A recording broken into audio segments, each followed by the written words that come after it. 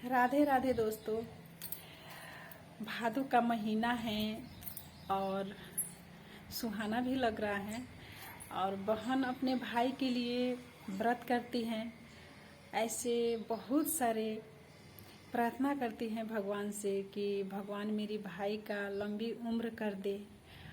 और इस व्रत का नाम है करम धर्म और इसमें बहुत सारे गीत होते हैं, सोहर भी होते हैं।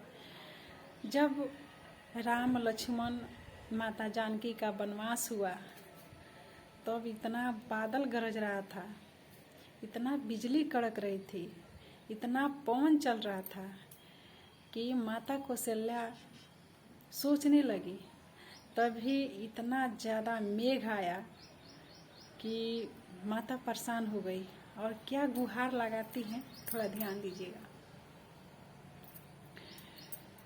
मोचिया बैठल कौशल्या रानी मेघ से अरज करे हो।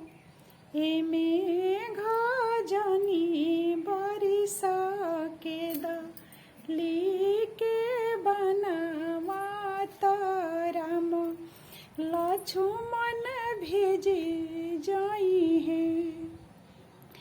के कर भिजेल रे अगरिया तो के कर पगरिया भीजे हो।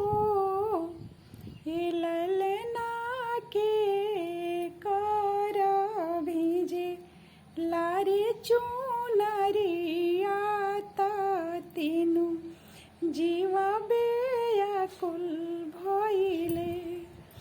लक्ष्मण के भेजे लाया गरिया तो राम के पगरिया भीजे हो।